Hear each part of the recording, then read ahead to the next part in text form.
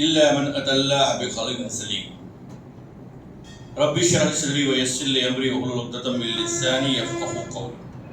ربي زدني علما ربي زدني علما ربي زدني علما. سبحانك لا علم لنا إلا ما علمتنا إنك أنت العليم الحكيم. అల్లాహ్ శరణు పెడుతున్నాను.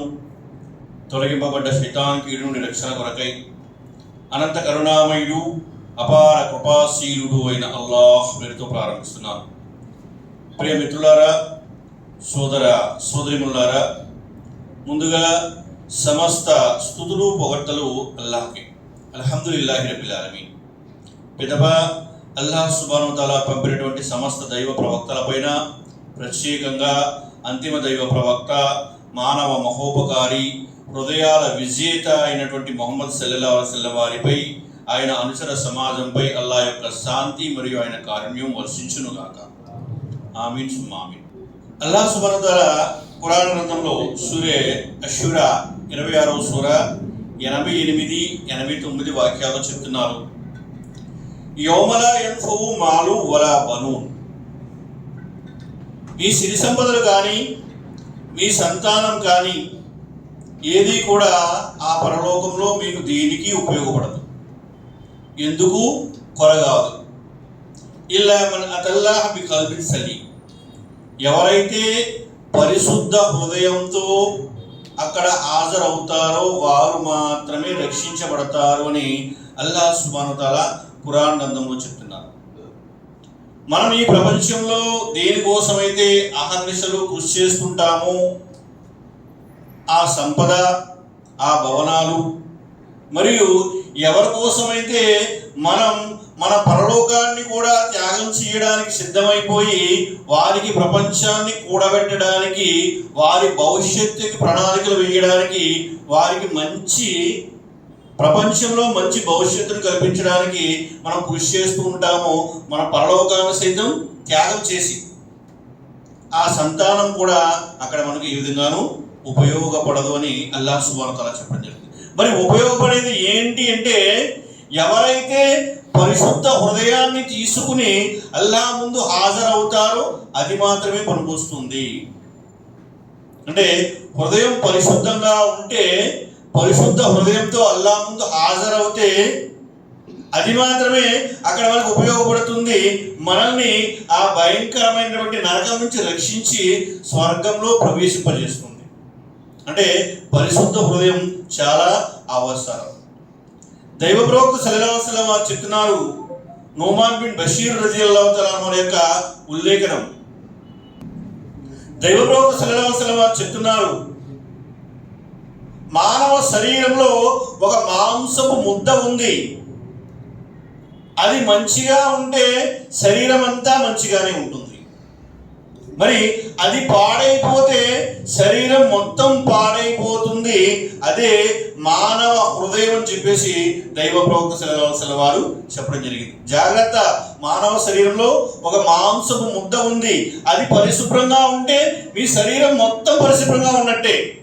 అది పాడైపోతే మీ శరీరం మొత్తం పాడైపోయినట్టే.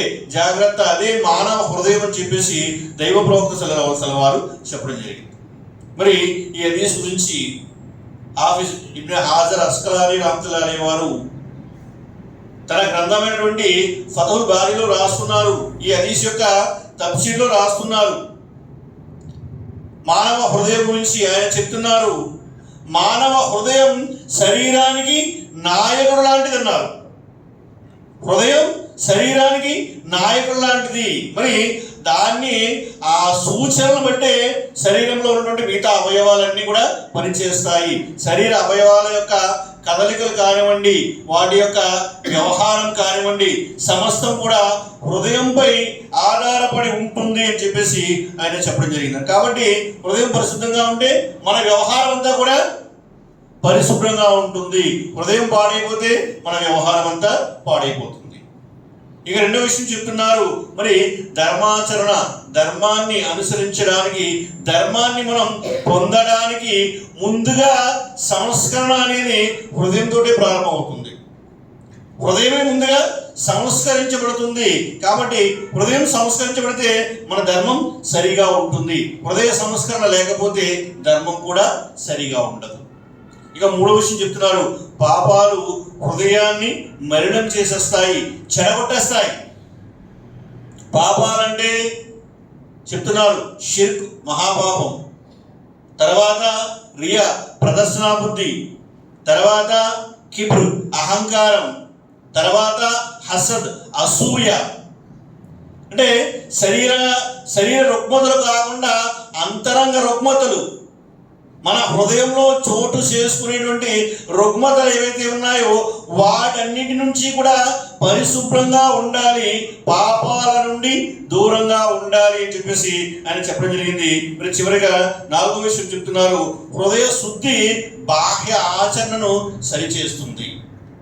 అంటే హృదయంలో ఇఖ్లాస్ ఉంటే, హృదయంలో తక్వా ఉంటే, హృదయంలో దైవ భీతి ఉంటే మన యొక్క బయట ప్రవర్తన కూడా, బాహ్య ఆచరణ కూడా సరిగా ఉంటుంది. హృదయంలో తక్వా లేదు, ఇఖ్లాస్ లేదు, దైవ భీతి లేకపోతే బయట ఆచరణ కూడా సరిగా ఉండదు అని చెప్పేసి ఆయన చెప్పడం జరిగింది. కాబట్టి మరి మన హృదయాన్ని పరిశుభ్రం చేసుకోవాలి. దైవ ప్రవక్త సల్లల్లాహు అలైహి వసల్లం వారు చెప్పారు, దైవభీతి ఇక్కడ ఉంటుంది అన్నారు. తక్కువ ఎక్కడ ఉంటుందండి? హృదయంలో ఉంటుంది. ఆయన 3 సార్లు తన హృదయం వైపు సైగ చేసి చూపిస్తూ తక్కువ అనేది ఎక్కడ ఉంటుంది అంటే తక్కువ మన హృదయంలో ఉంటుంది. మరి తక్కువ ఎప్పుడు చోటు చేసుకుంటుంది అంటే హృదయంలో ఉన్నటువంటి మలినాలన్నింటినీ కూడా, హృదయంలో ఉన్నటువంటి రుగ్మతలన్నింటినీ కూడా బయటకు తీసేస్తే అప్పుడు తక్కువ ప్రవేశిస్తుంది. హృదయం అంతా గబ్బు పట్టిపోయి ఉంది, హృదయం అంతా మలినమైపోయి ఉంది, అప్పుడు తక్కువకి చోటు లేదు. సామెత చెప్తారు కదా, ఒక వరలో 2 కత్తులు ఎమడవు.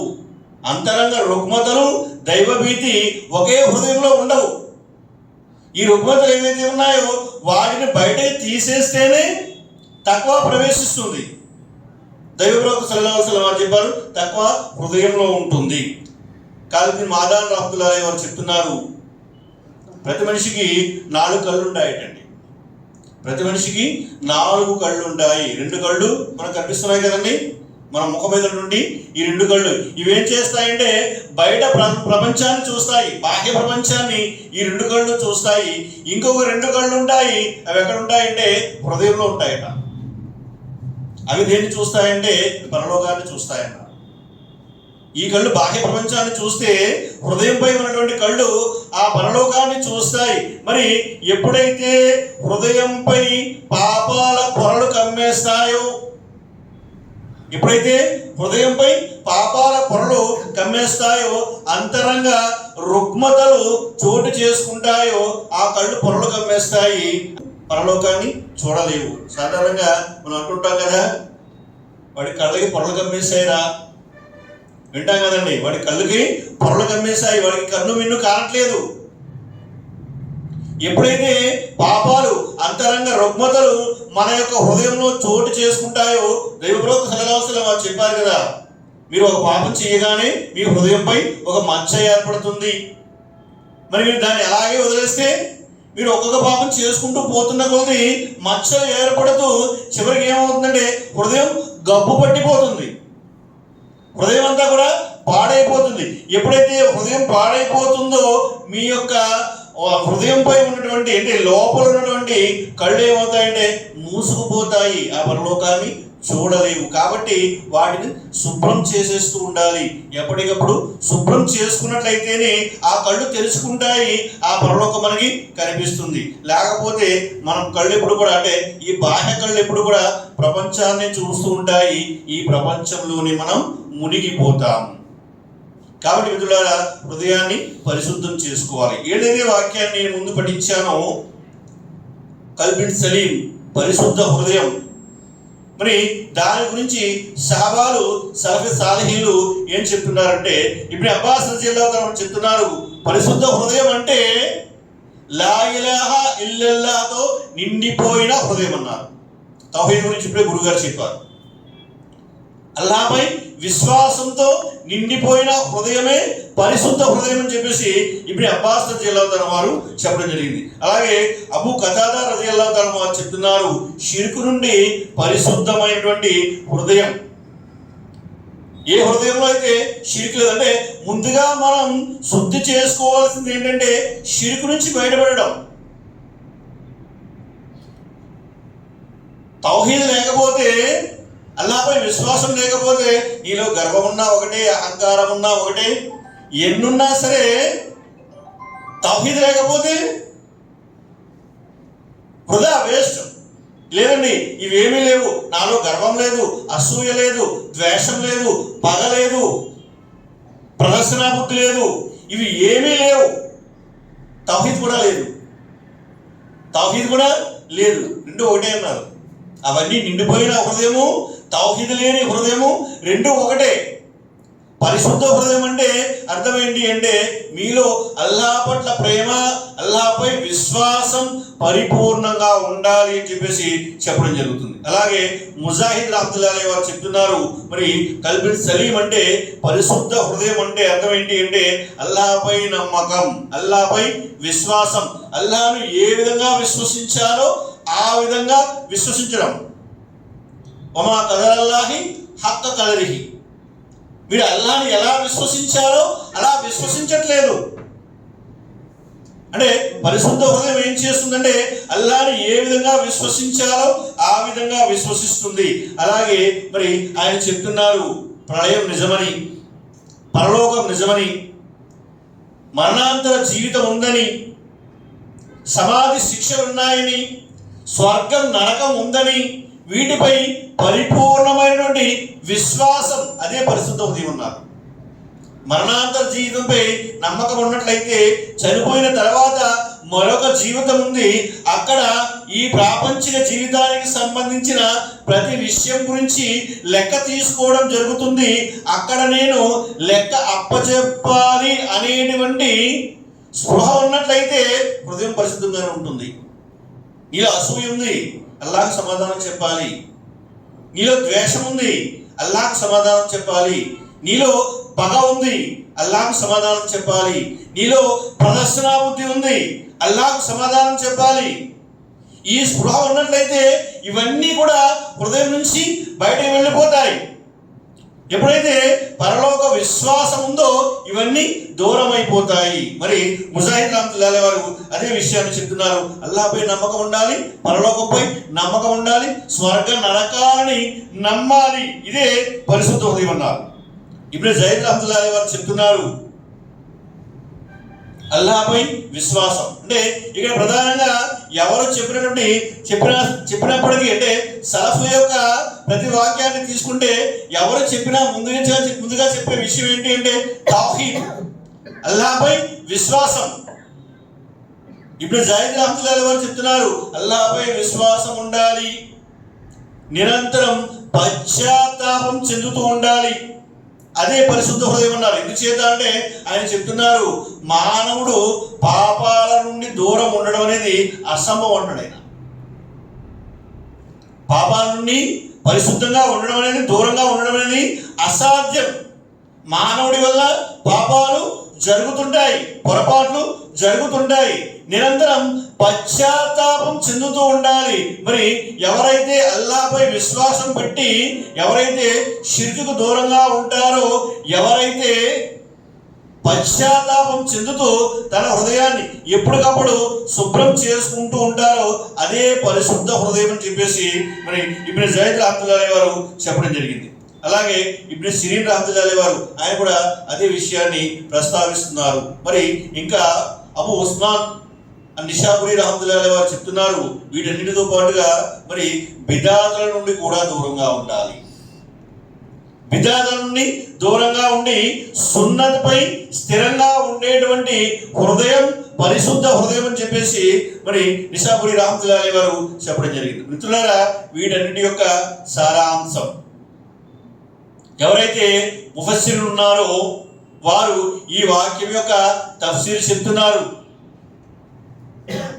వారు చెప్పేటువంటి విషయాల యొక్క సారాంశాన్ని నేను సంక్షిప్తంగా చెప్పడానికి ప్రయత్నం చేస్తాను. మరి ఎవరైతే ప్రముఖ తఫ్సీర్వేత్తలు ఉన్నారో తఫ్సీరే అతబరీ, అలాగే తఫ్సీరే ఇబ్న్ కసీర్, తఫ్సీరే అస్సాది, తఫ్సీరే కుర్తుబీ, వీళ్ళందరూ చెప్పేటువంటి ఈ వాక్యానికి తఫ్సీర్లో వారు చెప్పేటువంటి ప్రధానమైన విషయాలు ఏమిటి అంటే, మొదటి విషయం షిర్క్ లేకుండా ఉండాలి. ఏ హృదయంలో అయితే షిర్క్ ఉండదో, ఏ హృదయం అయితే అల్లాహ్ పట్ల ప్రేమతో నిండిపోతుందో అది పరిశుద్ధ హృదయం. ఏ హృదయంలో అయితే నిఫాక్, కపటత్వం, కుఫ్ర్ మరియు రియా, హసద్, ఉజ్బ్, గిల్, గషద్ ఇలా అనేక విషయాలు చెప్తున్నారు. ఇవన్నీ లేని హృదయం పరిశుద్ధమైనటువంటి హృదయం. మరియు పరలోకంపై దృఢ విశ్వాసం, సత్యంపై నమ్మకం, స్వర్గ నరకాలపై నమ్మకం ఉన్నటువంటి హృదయం పరిశుద్ధ హృదయం. మరియు బిదాతుల నుండి దూరంగా ఉండి సున్నతిపై స్థిరపడినటువంటి హృదయం పరిశుద్ధ హృదయం. మరియు నఫ్స్ యొక్క అంతరంగ రుగ్మతల నుండి పరిశుద్ధంగా ఉన్నటువంటి హృదయం పరిశుద్ధ హృదయం అని చెప్పేసి మరి ఈ తఫ్సీర్ల ద్వారా మనకి తెలుస్తుంది. కాబట్టి మిత్రులారా, ఈ విషయాల పట్ల మనం అప్రమత్తంగా ఉండాలి. అల్లాహ్ సుబ్హానహు వ తఆలా ఖురాన్లో చెప్తున్నారు, ఎవరైతే పరిశుద్ధ హృదయంతో అల్లాహ్ ముందు హాజరవుతారో వారు మాత్రమే అక్కడ రక్షించబడతారు. మరి వారి ఈ ప్రపంచ సంపద కానివ్వండి, ఈ ప్రపంచంలో వారు పెంచి పోషించే వారి సంతానం కానివ్వండి, ఆ పరలోకంలో వారికి ఏ విధంగానూ ఉపయోగపడదు. ఎవరైతే పరిశుద్ధ హృదయంతో అల్లాహ్ ముందు హాజరవుతారో వారు మాత్రమే అక్కడ రక్షించబడతారు. మరి పరిశుద్ధ హృదయం గురించి ముహద్దీస్ చెప్తున్నారు. పరిశుద్ధ హృదయం అంటే ఏంటి? ఎవరు చెప్పినప్పటికీ ప్రధాన విషయం ఒకటే వస్తుంది, తౌహీద్. అవగాహన ఉంది. తౌహీద్ అంటే ఏంటి, అల్లాహ్ పట్ల ప్రేమ ఏంటి, అది ప్రధాన విషయం. ఎవరు చెప్పినప్పటికీ అదే విషయాన్ని చెప్తున్నారు. రెండో విషయం ఏం చెప్తున్నారంటే యకీన్, నమ్మకం. అల్లాహ్పై నమ్మకం, పరలోకంపై నమ్మకం. అల్లాహ్ సుబ్హానహు వ తఆలా ఖురాన్లో చెప్తున్నారండి, యా అయ్యుహల్ ఇన్సాను మా గర్రక బిరబ్బికల్ కరీం అల్లజీ ఖలకక ఫసవ్వాక ఫఅదలక ఫీ అయ్యి సూరతిన్ మా షాఅ రకబక కల్లా బల్ తుకజ్జిబూన బిద్దీన్. అల్లాహ్ అంటున్నారు, ఓ మానవుడా, మహాధరణీయుడు, ఉదార స్వభావుడు అయినటువంటి అల్లాహ్ పట్ల నువ్వెందుకు ఏమరపాటు గురయ్యావు? ఎందుకు నువ్వు అల్లాహ్ను మర్చిపోతున్నావు? ఆయనే నిన్ను నఖశిఖ పర్యంతం తీర్చిదిద్దాడు, నీకు చక్కని రూపాన్ని ఇచ్చాడు, చక్కగా నిన్ను తయారు చేశాడు. మరి ఎందుకు మర్చిపోతున్నావు? నీకు అన్ని సమకూర్చి పెట్టాడు. అంటే మనల్ని తయారు చేసినటువంటి అల్లాహ్ సుబ్హానహు వ తఆలా మనం ఈ భూమిపైకి రాకముందే మన కోసం అన్ని ఇక్కడ సిద్ధపరిచి ఉంచాడు. మనం మన తల్లుల గర్భాల్లో ఉండగానే మన యొక్క విధివిధానాలను రాసిపెట్టి మనల్ని ఇక్కడికి పంపించాడు. మరి ఇన్ని అనుగ్రహాలని మనకు ప్రసాదించినటువంటి అల్లాహ్ సుబ్హానహు వ తఆలాని మనం ఎందుకు మర్చిపోతున్నామంటే అల్లాహ్ సుబ్హానహు వ తఆలా సమాధానం చెప్తున్నారు, కల్లా బల్ తుకజ్జిబూన బిద్దీన్. మీరు ఏమనుకుంటారంటే మీరు శిక్ష ప్రతిఫలాలు లేవంటున్నారు. మరణాంతరం మరొక జీవితం లేదు, మరణాంతరం మరి నరక స్వర్గాలు లేవు అని చెప్పేసి మీరు అనుకుంటున్నారు. అందుచేతే మీరు అల్లాహ్ను మర్చిపోతున్నారు అని చెప్పేసి అల్లాహ్ సుబ్హానహు వ తఆలా చెప్పడం జరుగుతుంది. మరణాంతర జీవితం ఉంది, అది ఎప్పుడు సాక్షాత్కరిస్తుంది, అది ఎప్పుడు కనిపిస్తుంది అంటే అల్లాహ్ సుబ్హానహు వ తఆలా చెప్తున్నారు, వజాఅత్ సక్రతుల్ మౌత్ బిల్ హక్. చావు సత్యాన్ని తీసుకొస్తుందటండి. మరణయాతన సత్యాన్ని తీసుకొస్తుంది. ప్రపంచంలో ఉండగా మనం ఏ పరలోకాన్నైతే మర్చిపోతున్నామో, ఏ స్వర్గ నరకాలనైతే విస్మరిస్తున్నామో, ఏ తీర్పు దినాన్నైతే తిరస్కరిస్తున్నామో, ఆ సత్యం ఎప్పుడు కనిపిస్తుంది అంటే మరణయాతన సకరా రాగానే సాక్షాత్కరిస్తుందట, కనిపించిపోతుందట. ప్రాణాలు తీసేటువంటి దూత వచ్చి తన దగ్గర కూర్చుంటాడు. తన దగ్గర కూర్చుని తేని ప్రాణాలు అని చెప్పేసి తన దగ్గర కూర్చోగానే వీడికి ఆయన రాస్తున్నారు, వీడి చుట్టూ బంధువులు చుట్టాలు ఉంటారట సకరాత్లో. కానీ వీడి కళ్ళు తేలిపోతుంటాయట, వీడికి వీళ్ళెవరో కనిపించారట, వీళ్ళెవరో కనిపించారట. ఎవరు కనిపిస్తారంటే వీడి ప్రాణాలు లాక్కుపోవడానికి వచ్చి కూర్చున్నటువంటి దైవదూత వీడికి కనిపిస్తాడు. వాడిని చూడగానే, ఆ దూతని చూడగానే, ప్రాణాలు తీసి దూతను చూడగానే ప్రపంచంతో వీడి సంబంధం తెగిపోతుంది. వీడి చుట్టూ ఎంతమంది కూర్చున్నా వాళ్ళెవరిని వీడు చూడలేడు. మరి ఆ దూత అల్లాహ్ సుబ్హానహు వ తఆలా ఖురాన్లో చెప్తున్నారు, వన్నాజియాతి గరఖా, మునిగి దూరి లాక్కుపోయే వారి సాక్షిగా. ఎక్కడ మునుగుతారు, ఎక్కడ దూరుతారు, ఏం లాక్కుపోతారు అంటే తఫ్సీర్లో రాస్తున్నారు, ప్రాణాలు తీసి దూత వస్తాడట, వచ్చి తన దగ్గర కూర్చుంటాడట. కూర్చోగానే అవిశ్వాసి వాడిని చూడగానే, ఆ దూతను చూడగానే బెంబేలెత్తిపోతూ వాడి ఆత్మ శరీరంలో ఉన్నటువంటి నరానికి పరుగులు తీస్తుందని దాక్కోవడానికి. అప్పుడు మునుగుతాడు దూత, వాడి శరీరంలో మునిగి వాడి నరాన్ని ఛేదించి పారిపోతున్నటువంటి ఆత్మను పట్టుకుని బయటకు బలంగా లాగుతాడు.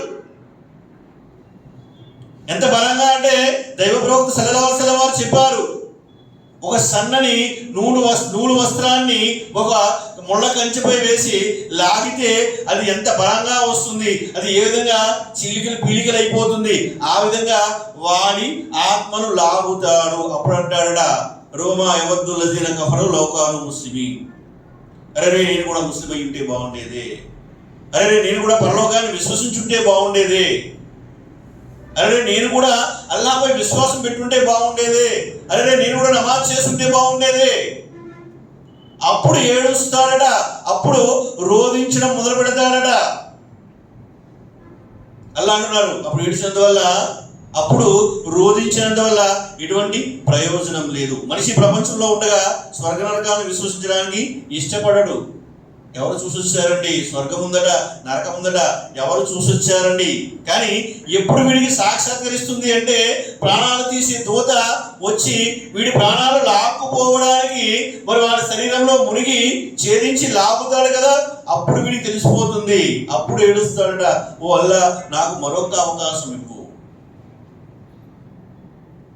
ఇక్కడ ఆయన రాస్తున్నారు, ఎవరిలో అయితే ఈ విశ్వాసం ఉందో, మరణాంతర జీవితంపై విశ్వాసం ఉందో వారి హృదయం పరిశుద్ధంగా ఉంటుంది. వాడు నిరంతరం ఆలోచిస్తాడు, నేను అల్లాహ్కు సమాధానం చెప్పాలి, నేను చేసే ప్రతి కార్యానికి అల్లాహ్ ముందు నిలబడి సమాధానం చెప్పాలి. మరణాంతర జీవితం ఉంది. అందు గురించి ఆయన రాస్తున్నారు, మీరు మరణాన్ని నిరంతరం గుర్తుపెట్టుకోండి, మీ హృదయం పరిశుద్ధమైపోద్ది. మరణాంతర జీవితాన్ని జ్ఞాపకం పెట్టుకోండి, మీ హృదయం పరిశుద్ధమైపోద్ది. ఒకసారి ఆ సమాధి శిక్షను జ్ఞాపకం చేసుకోండి, ఒకసారి ఆ నరకాన్ని గుర్తుకు తెచ్చుకోండి, మీ హృదయం పరిశుద్ధమైపోతుంది. నమ్మకం ఉండాలి. తర్వాత చెప్తున్నారు, నిఫాక్, రియా, హసద్, హిబ్రు, వీటి నుండి దూరంగా ఉండాలి, పాపాల పట్ల అప్రమత్తంగా ఉండాలి. ఇప్పుడు జైద్ రహమతుల్లాహి అని చెప్తున్నారండి, ఇప్పుడు జైద్ రహమతుల్లాహి వారు చెప్తున్నారు, పాపాల నుండి దూరం ఉండడం మానవుడికి సాధ్యమయ్యే పని కాదట. ఎవడో కూడా పాపరహితుడు కాదు. అరే నేను ఏ పాపం చేయలేదు ఏంటంటే నేను చెప్తున్నాను, వాడు పచ్చి అబద్ధాల కోరు, వాడు పచ్చి అబద్ధాల కోరు. మానవుడు పాపరహితుడు కాదు, పాపాలు జరుగుతాయి. పాపాల పట్ల అప్రమత్తంగా ఉండాలి.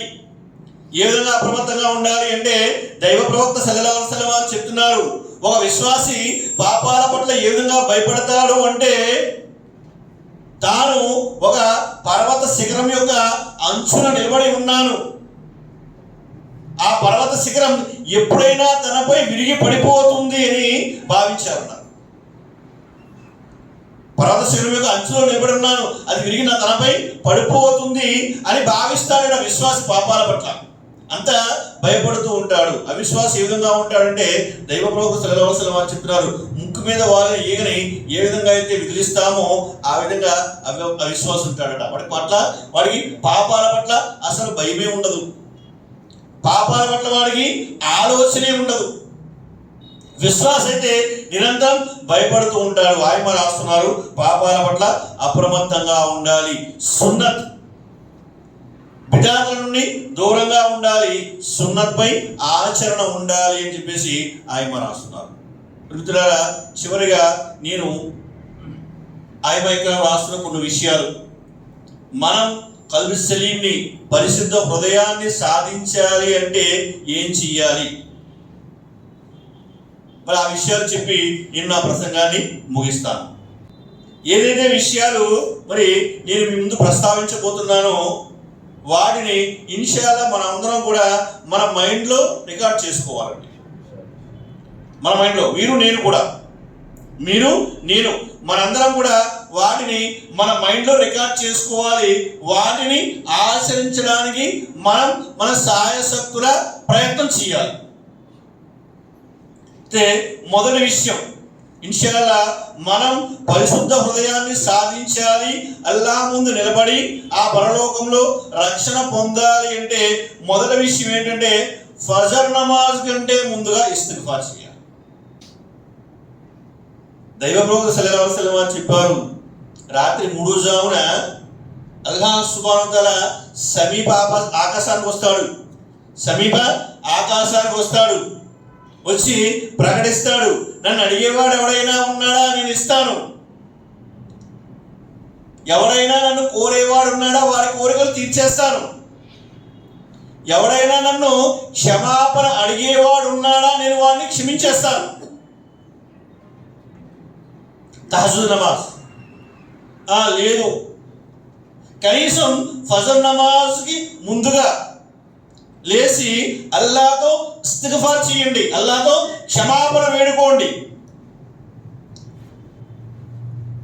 ఎవరు లేని ఏకాంతంలో ఒకరు కూర్చున్నారు, ఎవరు లేని ఏకాంతంలో అల్లా ముందు తౌబా చేయండి.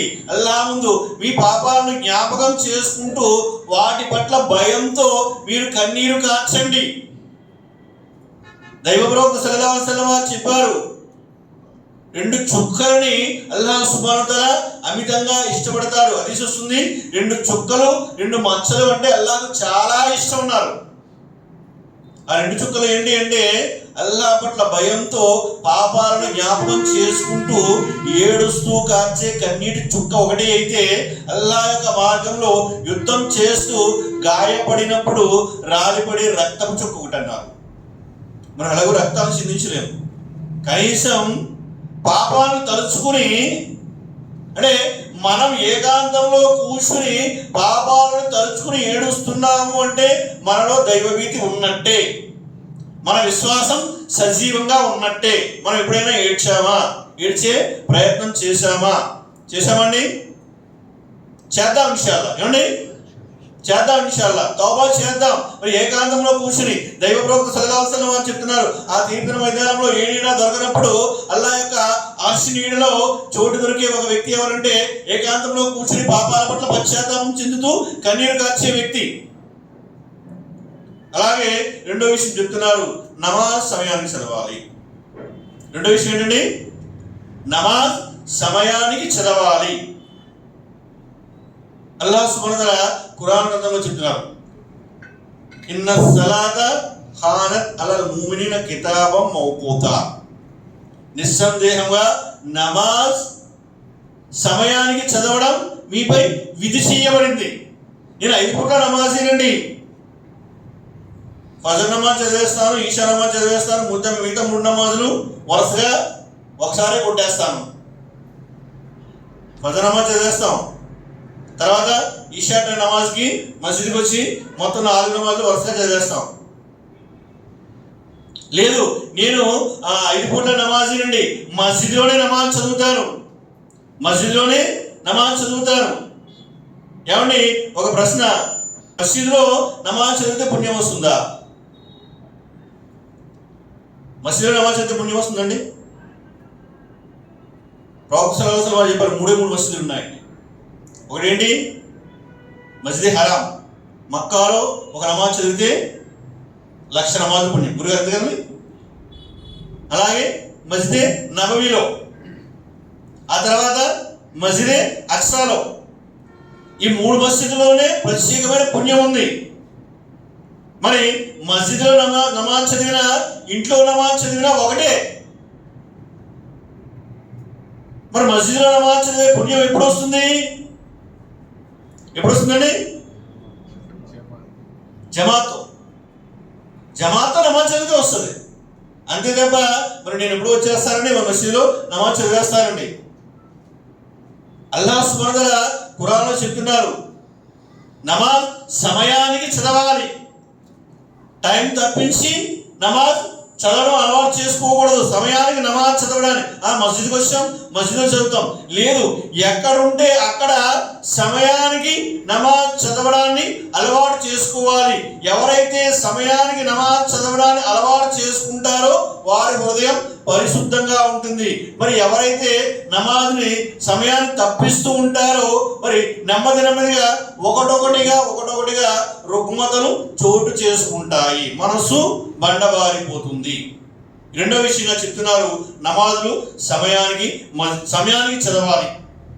అల్హమ్దులిల్లాహ్ జమాతో చదివితే ఇంకా చాలా మంచిది. ఇక మూడో విషయం, ఖురాన్ పారాయణం చేయాలి. ఖురాన్ తిలావత్ మరియు తదబ్బుర్, ఖురాన్ పారాయణం మరియు దాన్ని అర్థం చేసుకోవడం. ఖురాన్ వాక్యం దాన్ని పారాయణం చేస్తూ దాన్ని అర్థం చేసుకుంటే అవి మన జీవితాలని మార్చేస్తాయి. అలాగే నాలుగో విషయం చెప్తున్నారు, షిర్క్. తౌహీద్ని స్ట్రాంగ్ చేయడానికి, తౌహీద్ మన హృదయాల్లో పాతడానికి ప్రయత్నం. అది మన హృదయాల్లో పాతిపోయింది అనుకోండి, ఇంకా అన్నీ ఉన్నట్టే. తౌహీద్ లేదు, నువ్వు ఎన్ని చెయ్యి వేస్టే కదా, హృదయ కదా. అల్లా అంగీకరించని అంటాడు, నువ్వు హజ్ యాత్రలు చెయ్యి, ఉమ్రాలు చెయ్యి, ఎన్ని నమాజులు చెయ్యి, ఎన్ని దాన ధర్మాలు చెయ్యి, ఎన్ని ఉపవాసాలు పాటించు, తౌహీద్ లేదు హృదయంలో, తౌహీద్ లేదు, హృదయం కదా. కాబట్టి ప్రధానమైన విషయం ఏంటంటే మాటికి రిపీట్ అవుతుంది, షిర్కు నుండి దూరంగా ఉండడం, తౌహీద్ మీ హృదయంలో నిండిపోవడం. ఇది ప్రధానమైన విషయం. అయితే ఇక తర్వాత నిఫాక్, కాపట్యం. అల్హమ్దులిల్లాహ్ అల్లాహ్ దయ వల్ల మనలో విశ్వాసపరమైనటువంటి కాపట్యం అయితే లేదు. అంటే మనం పైకి అల్లాహ్ని విశ్వసించి లోపల వేరే వాళ్ళని విశ్వసించట్లేదు కదా. ఏమండి, మన హృదయంలోనే అల్లాహ్ని విశ్వసిస్తున్నాం, పైకి అల్లాహ్ని విశ్వసిస్తున్నాం. మరి ఆనాటి మునాఫికుల్లాగా మరి మనం పైకి అల్లాహ్ని విశ్వసిస్తున్నామని చెప్పి మన మనసులో వేరే తెలియదు. అంటే మనలో విశ్వాసపరమైనటువంటి మునాఫికత అయితే లేదు, కానీ మనలో ఉన్న మునాఫికత ఏంటంటే ఆచరణపరమైన మునాఫికత. ప్రవక్త సల్లల్లాహు అలైహి వసల్లం వారు చెప్పారు, మునాఫిక్ యొక్క 4 లక్షణాలు ఏంటండి? నోరు విప్పే అబద్ధాలు, ఆచరణపరమైనది మునాఫికత. వాగ్దాన భంగం, ఆచరణపరమైనటువంటి మునాఫికత. అమానతని ద్రోహాన్ని పాల్పడడం, ఆచరణపరమైనటువంటి మునాఫికత. కొట్లాటకు దిగితే అశ్లీల పదాలు మాట్లాడడం, దూషణలకు దిగడం, ఆచరణపరమైనటువంటి మునాఫికత. ఇంకా అల్లాహ్ సుబ్హానహు వ తఆలా ఖురాన్లో చెప్తున్నారు, వారు నమాజుల పట్ల అశ్రద్ధ వహిస్తారంటే అల్లాహ్ సుబ్హానహు వ తఆలా. మునాఫికులు ఏంటంటే నమాజుల పట్ల అశ్రద్ధ వహిస్తారు. ఇంకా వారు నమాజ్కి వస్తే అయిష్టంగా వస్తారు. కాబట్టి మునాఫికత్. ఇక రియాగారి, ప్రదర్శన బుద్ధి. ఇక ఇంకే ఆయన ఏం చెప్తున్నారంటే హుజ్బ్ అన్నారు. హుజ్బ్ అంటే దాని అర్థం చెప్తున్నారు, తనను తాను ఎక్కువగా ఊహించుకోవడం, తనను తాను గొప్పవాడిగా ఊహించుకోవడం. అలాగే చెప్తున్నారు హిగ్ద్ అన్నారు. హిగ్ద్ అంటే ద్వేషం, పగ, అంతరాల్లో నాటుకుపోయినటువంటి పగ, వ్యక్తులపై పగ, ద్వేషం. అలాగే తర్వాత చెప్తున్నారు గిల్ అన్నారు. గిల్ అంటే హృదయంలో దాగి ఉండే పగ. గస్ అన్నారు. గస్ అంటే మోసం చేయడం. తర్వాత కిబ్ర్ అన్నారు. కిబ్ర్ అంటే అహంకారం. ఇవన్నీ కూడా అంతరంగ రుగ్మతలు. వీటన్నిటిని బయటకు తీసేయాలి. ఆయన ఏం చెప్తున్నారంటే, మీరు మంచంపై కూర్చుని, అంటే రాత్రి పడుకునేటప్పుడు మంచంపై కూర్చుని ఆలోచన చేయండి, ఈరోజు నా నుండి ఏమైనా షిర్కు పదాలు దొర్లాయా, షిర్కుపరమైనటువంటి ఆచరణ ఏదైనా జరిగిందా, షిర్కుపరమైనటువంటి భావాలు ఏమైనా నా మనసులో వచ్చాయా, మీరు బయటికి తీయండి. ఇవాళ నేను ఏదైనా రియాకారి పని చేశానా, ఇవాళ నేను ఏదైనా ఎవరి పట్ల అహంకారంతో ప్రవర్తించానా, ఎవరి మీద ఇవాళ పగ పెంచుకున్నానా, ఎవరిపైనా ఇవాళ ద్వేషం పెంచుకున్నానా, ఎవరినైనా ఈవేళ మోసం చేశానా. పడుకునేటప్పుడు మనం దువా చేస్తాం కదండి, దువా చదువుతాం కదా, ఆ దువాలతో పాటు ఇది కూడా తస్గియా, ఆత్మ పరిశీలన. ఈ రోజు నా వల్ల జరిగినటువంటి పొరపాట్లు ఏంటి, మనం అది తిన్నాం కదా. ప్రవక్త సల్లల్లాహు అలైహి వసల్లం వారు ఒక వ్యక్తి గురించి 3 సార్లు శుభవార్తించారు. ఇతడు స్వర్గవాసి, మసీదులో వచ్చే వ్యక్తి స్వర్గవాసి. మరి అతనిలో ఉన్న గొప్ప ఆశయం ఏంటి అంటే, ఆయన చెప్పే విషయం ఏంటి, నేను ఎవరి పట్ల కీనా కపటం అసూయ దేశం నా మనసులో ఉంచుకోను, వాటిని తీసేసి నేను పడుకుంటా. తీసేసి పడుకోవడం అంటే ఇప్పుడు తీసేస్తా మళ్ళీ వచ్చేస్తాయి, రాకూడదు. తీసామంటే మళ్ళీ రాకూడదు, తీసామంటే మళ్ళీ రాకూడదు. అలాంటి వారికి ప్రవక్త సల్లల్లాహు అలైహి వసల్లం స్వర్గవాసి అని శుభవార్తిచ్చారు. అలాగే 5వ విషయం చెప్తున్నారు, హలాల్ రిజ్క్ కోసం ప్రయత్నిస్తే హృదయం శుద్ధిగా ఉంటుంది. ఉపాధి పరిశుద్ధమైనదైతే హృదయం శుద్ధిగా ఉంటుంది. అలాగే గోప్యంగా రహస్యంగా దాన ధర్మాలు చేయడం, అలాగే కన్ను, ముక్కు, చెవి, నోరు వీటిపై నిఘా వేయడం, అలాగే మరి తౌబా చేయడం, వెంటనే తప్పు జరిగింది వెంటనే తౌబా చేయడం, అలాగే మంచి వాళ్ళతో సహవాసం చేయడం, అలాగే రాత్రి పడుకునే ముందు దువా చేయడం. దువా చేయాలి, ఓ అల్లా నాకు పరిశుద్ధ హృదయాన్ని ప్రసాదించు, అల్లాహుమ్మా ఇన్ని అస్సలుక కల్బిన్ సలీం. అలాగే దువా ఉంది కదా, యా ముకల్లిబల్ కులూబ్ సబ్బిత్ కల్బి అలా దీనిక్, ఓ హృదయాలు మరల్చేవాడా నా హృదయాన్ని ధర్మంపై స్థిరంగా ఉంచు. ఈ విధంగా ఈ దినచర్య మనం పాటించినట్లయితే, ఈ 10 విషయాలని మనం మన మైండ్లో నోట్ చేసుకుని వాటిని ఆచరించినట్లయితే ఇన్షాల్లా మన హృదయం పరిశుద్ధ హృదయం అవుతుంది. అల్లాహ్ దగ్గర మనం రక్షించబడతాము. 10 తౌహీద్ అంటే ఇన్షాల్లా అల్లాహ్ ఎప్పటికైనా క్షమించి మన పాపాల పరిహారంగా మనం నరకంలో వేసేసిన మసిబొగ్గులా మారిపోయినా తీసి మళ్ళీ జీవనంలో వేసి స్వర్గంలో వేస్తాడు. ఇప్పుడు తౌహీద్ ఉంటే, కాబట్టి ముందు మన హృదయం తౌహీద్తో నిండిపోవాలి. తర్వాత మన హృదయంలో ఉన్న అంతరంగ మలినాలన్నింటినీ కూడా బయటికి తీసేయాలి. అసూయ, ద్వేషం, పగ, కక్ష, మోసం, దగ ఇవన్నీ కూడా బయటికి తీసేయాలి. అన్నిటికంటే ప్రధాన విషయం సమయానికి నమాజ్ చదవాలి. విశ్వాసం తర్వాత 2వ విషయం ఏంటండి, నమాజ్. సమయానికి నమాజ్ చదవాలి.